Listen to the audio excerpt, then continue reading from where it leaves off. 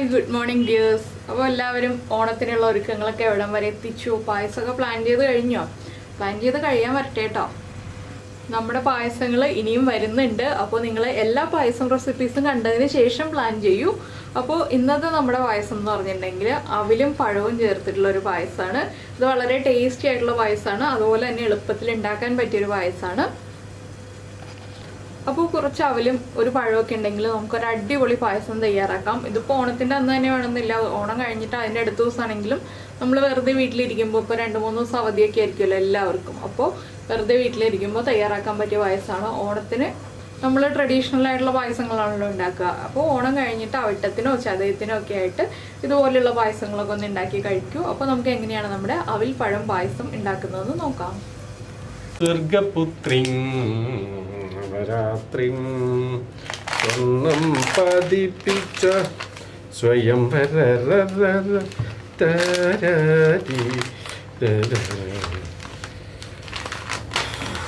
പറഞ്ഞോട്ടെ. അപ്പോൾ നമുക്ക് നമ്മുടെ അവിൽ പഴം പായസത്തിന് ആവശ്യമായിട്ടുള്ള ഇൻഗ്രീഡിയൻസ് നോക്കാം. നമ്മളിപ്പോൾ 1 കപ്പ് അവിലാണ് എടുക്കാൻ പോകുന്നത്. അതുപോലെ തന്നെ ഇത്രയുള്ള ഒരു ഏത്തപ്പഴം എടുക്കുന്നുണ്ട്. ഒരു മീഡിയം വലിപ്പത്തിലുള്ള അത്യാവശ്യം വലിപ്പമുള്ള ഒരു ഏത്തപ്പഴം എടുക്കുന്നുണ്ട്. 1 കപ്പ് അവിലേക്കായിട്ട് 3/4 കപ്പ് പഞ്ചസാര ഞാൻ എടുത്ത് വെച്ചിട്ടുണ്ട്. 1 കപ്പ് വരെ പഞ്ചസാര ചേർക്കാം. 3/4 കപ്പ് ആകുമ്പോൾ തന്നെ ആവശ്യത്തിന് മധുരം ഉണ്ടാവും. അതുകൊണ്ടാണ് ഞാൻ 3/4 കപ്പ് എടുത്തത്. പിന്നെ 2 പാക്കറ്റ് പാല്. പിന്നെ നമുക്ക് വേണ്ടത് കാഷ്യൂനട്ട്, റൈസിൻസ്, നെയ്യൊക്കെയാണ്. അപ്പോൾ ആദ്യം നമുക്ക് ഈ അവിലും പഴമൊക്കെ ഒന്ന് നെയ്യിൽ റോസ്റ്റ് ചെയ്തെടുക്കണം. അതിന് ശേഷം വേണം പായസമാക്കാനായിട്ട്.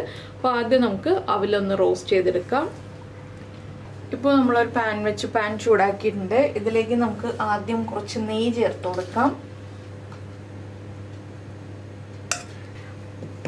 ഇപ്പോൾ ഞാൻ എടുത്തിരിക്കുന്നത് മട്ടയവിൽ തന്നെയാണ്. പക്ഷേ സാധാരണ മട്ടയവിലല്ല കേട്ടോ എടുത്തിരിക്കുന്നത്. കുറച്ച് ചെറിയ മട്ടയവിലാണ്. എന്താണെന്ന് വെച്ചാൽ ഇത് പായസത്തിനും അവിലുണ്ട ഉണ്ടാക്കാനും അതുപോലെ അവിൽ വിളയിച്ചത് ഉണ്ടാക്കാനും ഒക്കെ ആയിട്ട് സ്പെഷ്യലായിട്ട് വരുന്നതാണ്. ഇതിൻ്റെ പ്രത്യേകത എന്താണെന്ന് വെച്ചാൽ ഇത് കണ്ടോ, വളരെ ചെറിയ അവിലാണ്. കുറച്ച് ബലം കൂടുതലാണ് ഈ അവിലിന്. ഇങ്ങനത്തെ അവിലാണ് പായസത്തിന് നല്ലത്. അപ്പോൾ നമുക്ക് ഈ അവില് നെയ്യിലേക്ക് ഇട്ട് കൊടുക്കാം. ഇതൊന്ന് നന്നായിട്ട് റോസ്റ്റായി വരുന്നത് വരെ ഇളക്കി കൊടുക്കാം. ഇതിൻ്റെ ഗുണം എന്താണെന്ന് വെച്ചാൽ നമ്മളിപ്പോൾ പായസം ഉണ്ടാക്കുമ്പോൾ അവിൽ വേഗം കുക്കായി കുഴഞ്ഞ് അലിഞ്ഞങ്ങ് പോവില്ല. കുറച്ച് ബലമുള്ള അവിലാണ്. അപ്പോൾ മറ്റേ അവില് സാധാരണ നമ്മൾ വാങ്ങിക്കുന്ന അവിലാണെങ്കിൽ ബലം കുറവായിരിക്കും. അതുകൊണ്ടാണ് നമ്മൾ ഈ അവില് തിരഞ്ഞെടുക്കുന്നത് പായസത്തിനായിട്ട്. അപ്പോൾ ഇത് വെള്ള അവിൽ ഉപയോഗിച്ചിട്ടും ചെയ്യാം. വെള്ള അവിൽ ഉപയോഗിച്ചിട്ടാണ് ഈ പായസം ഉണ്ടാക്കുന്നതെങ്കിലും കുഴഞ്ഞു പോകാൻ സാധ്യതയുണ്ട്. ഈ അവിലാകുമ്പോൾ കുഴഞ്ഞു പോയില്ല ഒട്ടും. അതുകൊണ്ടാണ് ഈ അവിലിൻ്റെ കാര്യം പ്രത്യേകം എടുത്തു പറയുന്നത്. ഇതൊന്ന് നന്നായിട്ട് ചൂടായി ഒരു 2 മിനിറ്റ് ചൂടായി വന്നാൽ മതി. നമ്മൾ അവിൽ മിൽക്കിനൊക്കെ ഫ്രൈ ചെയ്യില്ലേ, അതുപോലെ ഒന്ന് 2 മിനിറ്റ് ആയി വരുമ്പോൾ നമുക്ക് വേറെ പ്ലേറ്റിലേക്ക് മാറ്റാം. മീഡിയം ഫ്ലെയിമിൽ വെച്ചിട്ട് ഫ്രൈ ചെയ്തെടുക്കണം. ഹൈ ഫ്ലെയിമിൽ വെച്ചിട്ട് ഫ്രൈ ചെയ്തെടുക്കരുത്. അവലിന് കുറച്ചുകൂടി ഒന്ന് ബലം കിട്ടുക, അതാണ് നമ്മൾ ഈ ഫ്രൈ ചെയ്യുന്നത് കൊണ്ട് ഉദ്ദേശിക്കുന്നത്.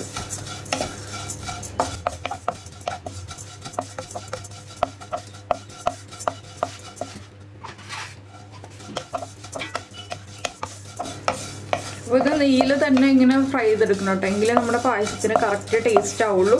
നെയ്യിൽ ഫ്രൈ ചെയ്ത് വരുമ്പോഴാണ് പായസം സൂപ്പർ ടേസ്റ്റിലാവുന്നത്.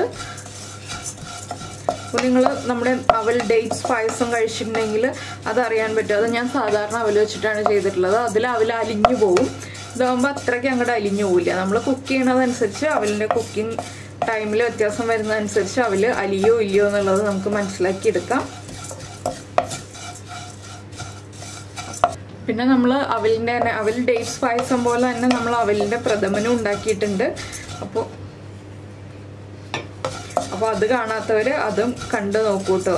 രണ്ടും നിങ്ങൾക്ക് ഇഷ്ടമാവും. ഇതാവുമ്പോൾ കുറച്ചുകൂടി ഈസിയാണ്. അവൽ ഡേറ്റ്സ് പായസം ആകുമ്പോൾ കുറച്ച് ചിലവ് കൂടുതലാണ് ഡേറ്റ്സ് ഒക്കെ ചേർക്കുമ്പോൾ. ഇതാകുമ്പോൾ അത്രയും ചിലവില്ല. നമുക്കൊരു ഏത്തപ്പഴം മാത്രം മതി അവലിൻ്റെ കൂടെ. ഇത് ശർക്കര ഒഴിച്ചിട്ട് ചെയ്യാം കേട്ടോ. ശർക്കര ഒഴിച്ചിട്ടും ചെയ്യാം, പഞ്ചസാര ഒഴിച്ചിട്ടും ചെയ്യാം. ഞാൻ എളുപ്പത്തിൽ പായസമാവാൻ വേണ്ടിയിട്ടാണ് പഞ്ചസാര ഇട്ടിട്ട് ചെയ്യാൻ പോകുന്നത്. ഇപ്പോൾ കണ്ടോ, നമ്മുടെ അവലിൻ്റെ സൗണ്ടിൽ തന്നെ ചെറിയൊരു വ്യത്യാസം വന്ന് തുടങ്ങുന്നുണ്ട്. 1 മിനിറ്റും കൂടി നമുക്കൊന്ന് ഇളക്കി കൊടുക്കാം.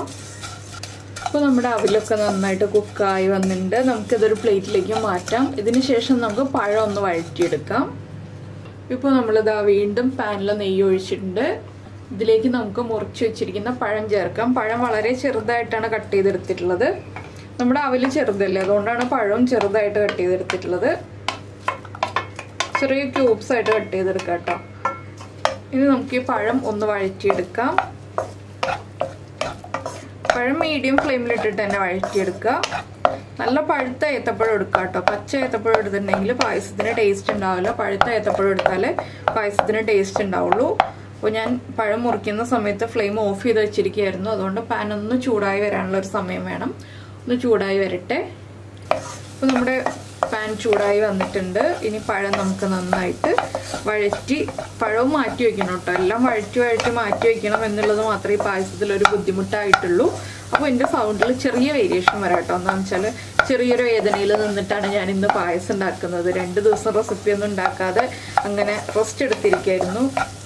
അപ്പോൾ ഇന്നിപ്പോൾ ചെറിയൊരു പെയിനൊക്കെ ഉണ്ട്. അതിൻ്റേതായിട്ടുള്ള ചെറിയൊരു സൗണ്ടിൻ്റെ ബുദ്ധിമുട്ട് ഉണ്ടാവാം, ചെറിയ വ്യത്യാസം ഉണ്ടാവാം. അതുകൊണ്ടാണ് സൗണ്ടിൽ ഇങ്ങനെ ഇടയ്ക്കിടയ്ക്ക് വ്യത്യാസം വരുന്നത്. മാക്സിമം ഞാൻ പ്ലസൻ്റായിട്ട് തന്നെ സംസാരിക്കാൻ ശ്രമിക്കുന്നുണ്ട്.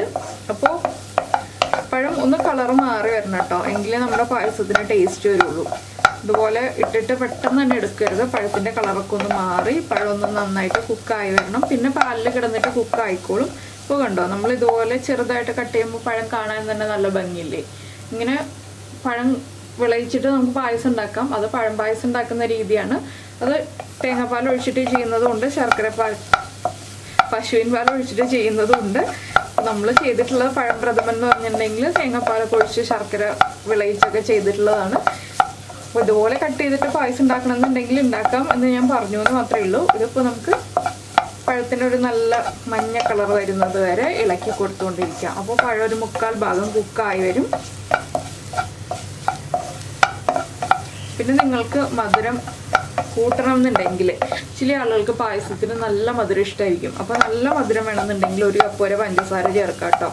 ഞാനൊരു മീഡിയം മധുരത്തിലാണ് 1/2 കപ്പ് മുതൽ 1/4 കപ്പ് വരെ എന്നുള്ള അളവിൽ 1/4 കപ്പ് പഞ്ചസാര എടുത്ത് വെച്ചിരിക്കുന്നത്. ഞാൻ ആദ്യം 1/2 കപ്പേ ചേർക്കുള്ളൂ. അത് കഴിഞ്ഞിട്ട് മധുരം ചെക്ക് ചെയ്തിട്ടേ വീണ്ടും പഞ്ചസാര ചേർക്കുള്ളൂ. അപ്പോൾ നമ്മുടെ പഴം ദാ ആയി തുടങ്ങുന്നുണ്ട്. ആയി തുടങ്ങുമ്പോഴാണ് ഇതുപോലെ കട്ടിയായി വരുന്നത്. വിട്ട് നിന്ന പഴമൊക്കെ ഒരുമിച്ചായി തുടങ്ങുന്നത് കണ്ടില്ലേ. ഇങ്ങനെയാണ് നമ്മുടെ പഴം കുക്കായിക്കൊണ്ടിരിക്കുന്നത്. നമ്മളിട്ട നെയ്യൊക്കെ പഴം വലിച്ചെടുത്ത് കഴിഞ്ഞു.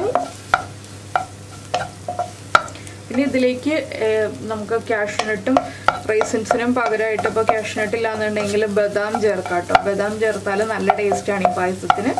പിന്നെ പൊതുവേ നമ്മൾ ഓണത്തിന് പായസം ഉണ്ടാക്കുമ്പോൾ എല്ലാം കാഷ്യൂനട്ട് ചേർത്തിട്ടാണല്ലോ ഉണ്ടാക്കുക. ഇതൊരു 2-3 മിനിറ്റ് ഒന്ന് മീഡിയം ഫ്ലെയിമിൽ വെച്ച് ഇളക്കിയിട്ടുണ്ടെങ്കിൽ പഴം കുക്കായി വന്നോളും. ഓവർ കുക്കായി പോവണ്ട, ഓവർ കുക്കായി ഉടഞ്ഞു പോകുന്ന പരുവത്തിലേക്ക് വരണ്ട. നമുക്ക് ആ പാകത്തിന് തൊട്ട് മുന്നേ ആയിട്ട് പ്ലേറ്റിലേക്ക് മാറ്റാം.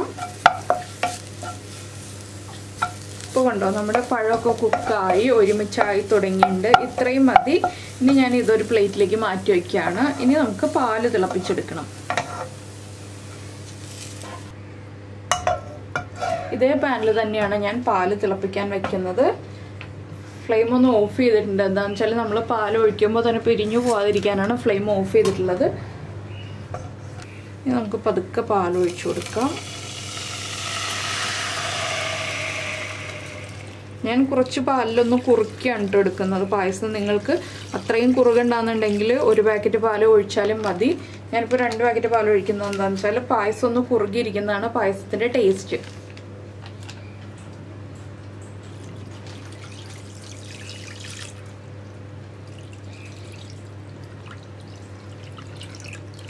ഇനി നമുക്ക് ഫ്ലെയിം ഓൺ ചെയ്യാം. ഈ പാലൊന്ന് തിളച്ച് വരട്ടെ, അതുവരെ നമുക്ക് വെയിറ്റ് ചെയ്യാം. പാല് തിളച്ചിട്ടേ നമുക്കിനി ബാക്കിയുള്ള ഇൻഗ്രീഡിയൻസ് ആഡ് ചെയ്യാനുള്ളൂ. അപ്പോൾ പാല് തിളയ്ക്കുന്നത് വരെ നമുക്ക് വെയിറ്റ് ചെയ്യാം. അപ്പോൾ നമ്മുടെ പാല് നന്നായിട്ട് തിളച്ച് വന്നിട്ടുണ്ട്. ഞാനിതിലേക്ക് ഒരു 1/2 കപ്പ് പഞ്ചസാര ആദ്യം ചേർക്കുകയാണ്. അതിനുശേഷം നമുക്ക് മധുരം നോക്കിയിട്ട് ബാക്കിയുള്ള 1/4 കപ്പ് ചേർക്കാം. അപ്പോൾ നമ്മൾ നമ്മുടെ പാല് ഒരു 10 മിനിറ്റായിട്ട് മീഡിയം ബർണറിൽ വെച്ച് കുറുക്കിയെടുത്തിട്ടുണ്ട്. ഇനി നമുക്കിതിലേക്ക് പഴം ചേർക്കാം. പഴം ചേർത്ത് കഴിഞ്ഞിട്ട് ലാസ്റ്റാണ് നമ്മൾ അവില് ചേർക്കുന്നത്.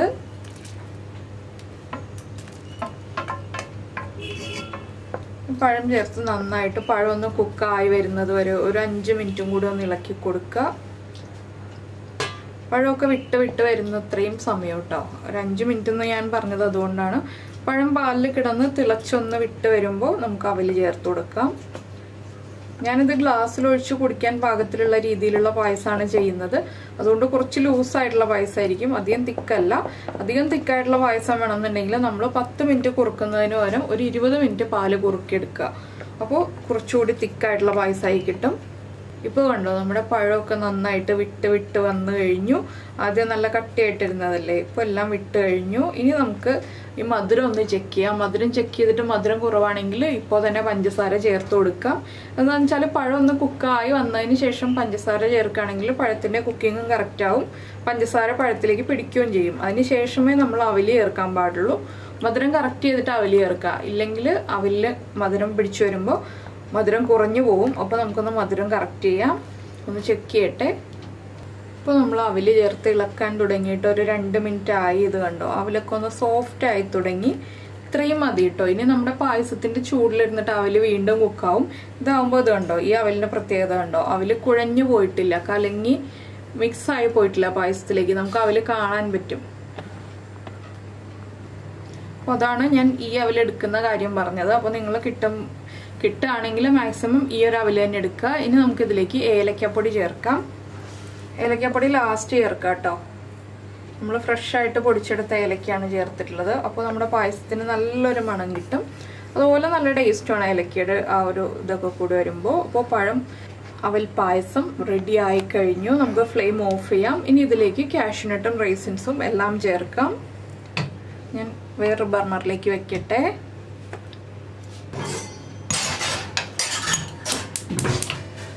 ഇപ്പോൾ നമ്മൾ നമ്മുടെ കാഷ്യൂനട്ടും റൈസിൻസും ഫ്രൈ ചെയ്യാനായിട്ട് നെയ്യ് ഒഴിച്ചിട്ടുണ്ട്. ഇതിലേക്ക് നമുക്ക് ആദ്യം കാഷ്യൂനട്ട് ഇട്ട് കൊടുക്കാം. കാഷ്യൂനട്ട് ഒന്ന് കളർ ചേഞ്ച് ആയി വരുമ്പോൾ നമുക്ക് റൈസിൻസ് ആഡ് ചെയ്യാം. ഒരുപാട് അങ്ങോട്ട് കളർ മാറിപ്പോവണ്ട. നമ്മൾ കഴുകി വൃത്തിയാക്കി വെച്ചിരിക്കുന്ന റൈസിൻസ് ഇതിലേക്ക് ചേർത്ത് കൊടുക്കാം. അപ്പോൾ രണ്ടും ചേർന്നിട്ട് കറക്റ്റ് ആയിക്കോളും. റൈസിൻസിൽ നനവുള്ളതുകൊണ്ട് ചെറുതായിട്ടൊന്ന് പൊട്ടിത്തെറിക്കും, അത് കുഴപ്പമില്ല, അത് വേഗം തന്നെ മാറിക്കോളാം നനവ്.